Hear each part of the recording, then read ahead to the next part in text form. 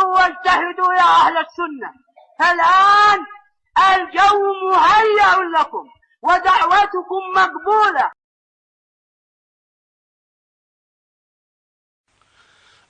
إن الحمد لله نحمده ونستعينه ونستغفره، ونعوذ بالله من شرور أنفسنا ومن سيئات أعمالنا. من يهده الله فلا مضل له، ومن يضلل فلا هادي له، وأشهد أن لا إله إلا الله وحده لا شريك له، وأشهد أن محمدًا عبده ورسوله. يا أيها الذين آمنوا اتقوا الله حق تقاته ولا تموتن إلا وأنتم مسلمون. يا أيها الناس اتقوا ربكم الذي خلقكم من نفس واحدة وخلق منها زوجها وبث منهما رجالا كثيرا ونساء، واتقوا الله الذي تساءلون به والأرحام، إن الله كان عليكم رقيبا. يا أيها الذين آمنوا اتقوا الله وقولوا قولا سديدا يصلح لكم أعمالكم ويغفر لكم ذنوبكم، ومن يطع الله ورسوله فقد فاز فوزا عظيما. أما بعد، فإن أصدق الحديث كتاب الله، وخير الهدي هدي محمد صلى الله عليه وسلم، وشر الأمور محدثاتها، وكل محدثة بدعة، وكل بدعة ضلالة، وكل ضلالة في النار. ثم أما بعد، فإن الله سبحانه وتعالى أرسل محمدًا عليه الصلاة والسلام على فترة من الرسل، فأنار به السبيل وأظهر به الدين، وفرق بين الحق والباطل والضلال والهدى والكفر والإيمان، فصار الناس فريقين: فريق آمن به واتبعه، وفريق كفر به وخذله. ولم ينقطع عليه الصلاة والسلام من دعوة الناس إلى هذا الدين، حتى أدى ما أوجبه عليه ربه من البلاغ المبين، وأقام الحجة على عباد الله، وتركهم على المحجة البيضاء ليلها كنهارها لا يزيغ عنها إلا هالك. وانتهج صحابته الكرام نهجه في نيل المرام والعمل على هداية الملوك والعوام، فدخل الناس في دين الله أفواجا، إلا من أزاغ الله قلوبهم عن قبول ما جاء به النبي الكريم عليه الصلاة والسلام من عند الله سبحانه. عارضوا دعوته ورسالته، وخالفوا أمره ونهجه، وكان بوادر ذلك المنهج الفاسد وأصوله ما وقع فيه بعض المنافقين في عهده عليه الصلاة والسلام من إثارة الفتن والخلاف، فتكلموا في عدله وتقواه عليه الصلاة والسلام. ففي الصحيحين عن أبي سعيد الخدري رضي الله عنه قال: بينما نحن عند رسول الله صلى الله عليه وسلم وهو يقسم قسما، أتاه ذو الخويصرة وهو رجل من بني تميم، فقال: يا رسول الله اعدل. فقال: ويلك، ومن يعدل إذا لم أعدل؟ قد خبت وخسرت إن لم أكن أعدل. قد خبت وخسرت إن لم أكن أعدل. فقال عمر: يا رسول الله ائذن لي فيه فأضرب عنقه. فقال: دعه، فإن له أصحابا يحقر أحدكم صلاته مع صلاتهم وصيامه مع صيامهم، يقرؤون القرآن لا يجاوز تراقيهم، يمرقون من الدين كما يمرق السهم من الرمية. خبت وخسرت، أي إنك إذن خائب خاسر إن كنت تقتدي في دينك بمن لا يعدل، وتجعله بينك وبين الله، ثم تزعم أنه ظالم غير عادل. فمجرد الظن بأن النبي صلى الله عليه وسلم غير عادل كفر. فهذا أول بوادر ظهور البدع والفرق، بالحكم على الناس بما ليس فيهم وهم منه براء. وهذا أصل دين الخوارج، الذين يحكمون على أهل الإسلام بالردة والكفر ولو كانوا من أعبد الناس وأعلمهم، فيصفونهم بأبشع الأوصاف كالعملاء والمرتدين والمنافقين وغير ذلك مما يدل على الخروج من الإسلام. وهذه الفتنة عباد الله، هذه الفتنة فتنة التكفير لأثرها السيء في المجتمعات الإسلامية وما تخلفه من فتن كثيرة سواء في الدين أو الدنيا، ورد في الشرع التحذير منها ومن مغبتها لعظم خطرها، لعظم وخطر شأنها، وذلك أن تكفير المسلم والحكم عليه بالارتداد عن الدين أمر شرعي لا يصدر إلا من جهة الشرع والسمع، ولا دخل للعقل والعواطف فيه، كما قال العلماء عليهم رحمة الله. لذلك ورد التحذير من الحكم على الناس بما ليس فيهم في كتاب الله تعالى وسنة رسوله عليه الصلاة والسلام. يقول الله تبارك وتعالى: يا أيها الذين آمنوا إذا ضربتم في سبيل الله فتبينوا ولا تقولوا لمن ألقى إليكم السلام لست مؤمنا تبتغون عرض الحياة الدنيا فعند الله مغانم كثيرة كذلك كنتم من قبل فمن الله عليكم فتبينوا إن الله كان بما تعملون خبيرا. وروى مالك في الموطأ والبخاري في الصحيح عن عبد الله بن عمر رضي الله عنهما أن رسول الله صلى الله عليه وسلم قال: من قال لأخيه كافر فقد باء بها أحدهما. وفي لفظ مسلم: إذا كفر الرجل أخاه فقد باء بها أحدهما. وروى البخاري أيضا في الصحيح عن أبي ذر رضي الله عنه أنه سمع النبي صلى الله عليه وسلم يقول: لا يرمي رجل رجلا بالفسوق ولا يرميه بالكفر إلا ارتدت عليه إن لم يكن صاحبه كذلك. قال الإمام ابن عبد البر الأندلسي المالكي رحمه الله: فقد باء القائل بذنب كبير وإثم عظيم واحتمله بقوله ذلك، وهذا غاية في التحذير من هذا القول والنهي على أن يقال لأحد من أهل القبلة يا كافر. ويقول الإمام ابن دقيق العيد رحمه الله: وهذا وعيد عظيم لمن أكفر أحدا من المسلمين وليس كذلك، وهي ورطة عظيمة. وفي صحيح البخاري عن ثابت بن الضحاك وكان من أصحاب الشجرة رضي الله عنه أن رسول الله صلى الله عليه وسلم قال: من لعن مؤمنا فهو كقتله ومن قذف مؤمنا بكفر فهو كقتله. فالنبي عليه الصلاة والسلام حذر من التكفير أشد التحذير ورتب على الواقع فيه التهديد الشديد، والقرآن والسنة ينهيان عن تفسيق المسلم وتكفيره إلا ببيان لا إشكال فيه وحجة. ولغلظ هذا الأمر وخطورته كان السلف الصالح من أصحاب رسول الله صلى الله عليه وسلم لا يقدمون عليه إلا ببرهان واضح، ويمتنعون عن إطلاق التكفير والتفسيق على أهل القبلة.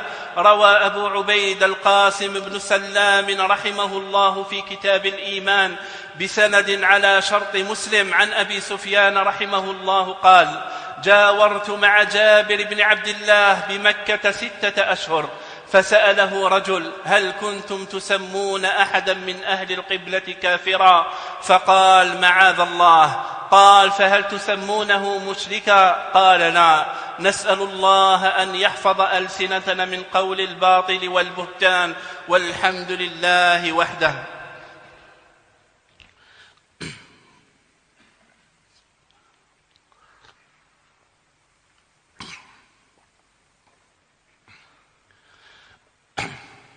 الحمد لله والصلاة والسلام على نبي الله.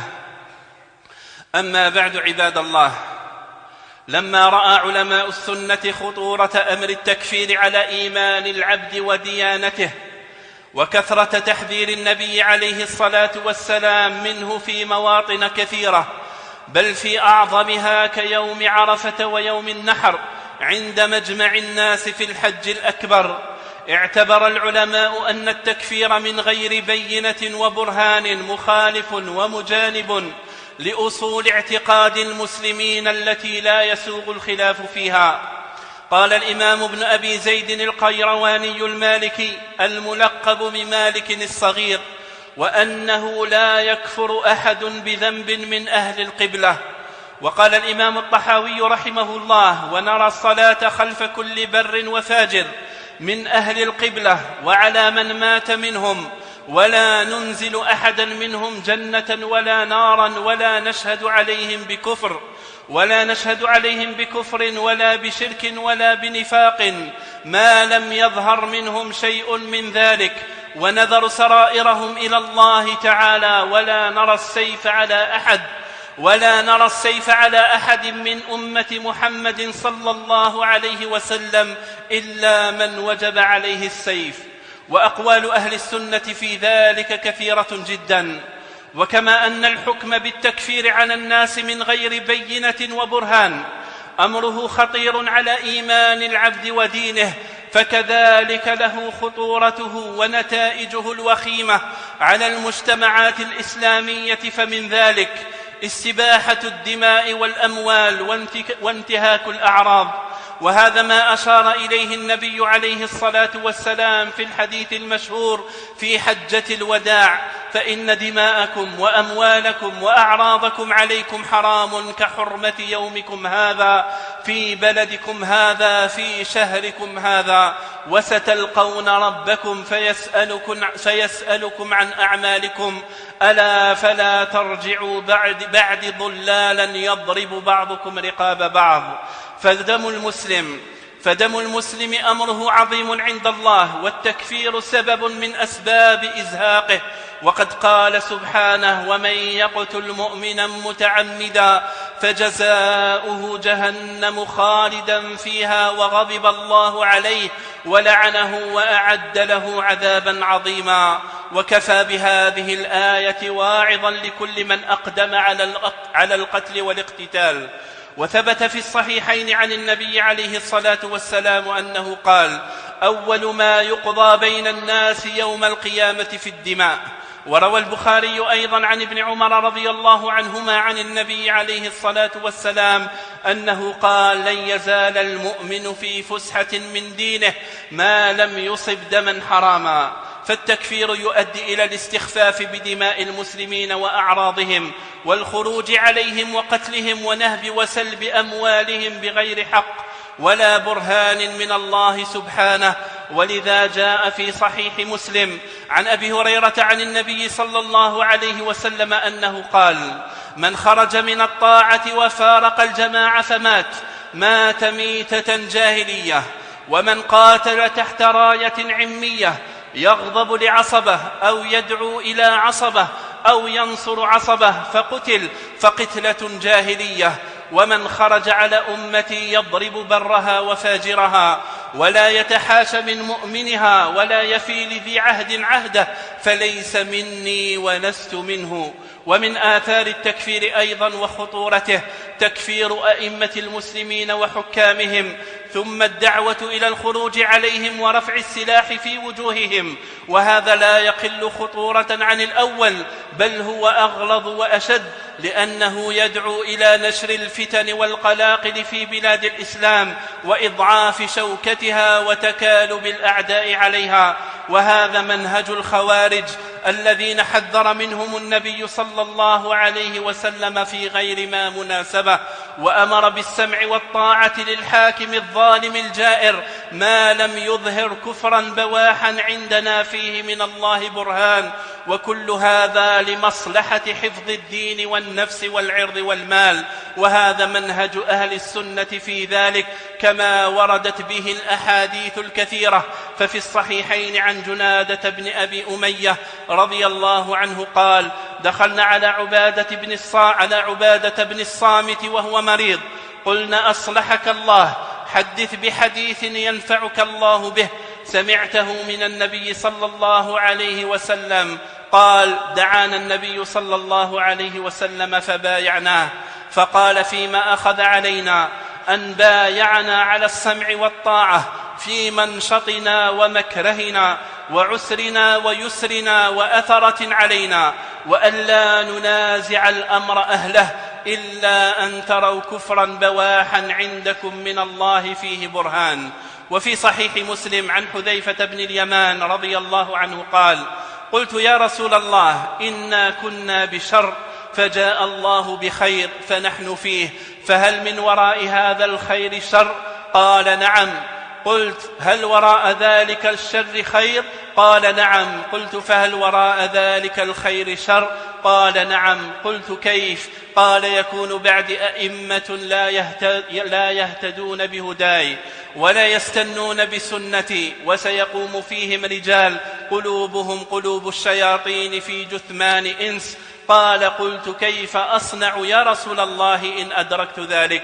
قال: تسمع وتطيع للأمير، وإن ضرب ظهرك وأخذ مالك فاسمع وأطع. فأمر بالطاعة في المنشط والمكره وفي العسر واليسر، وأمر بالصبر على ظلمهم وجورهم ولو استأثروا بالدنيا لأنفسهم دون غيرهم، ونهى عن مقاتلتهم ومنازعتهم الأمر مع ظلمهم، لأن الفساد الناشئ من القتال في الفتنة أعظم من فساد ظلم ولاة الأمر، فلا يزال أخف الفسادين بأعظمهما كما هو مقرر في شريعتنا.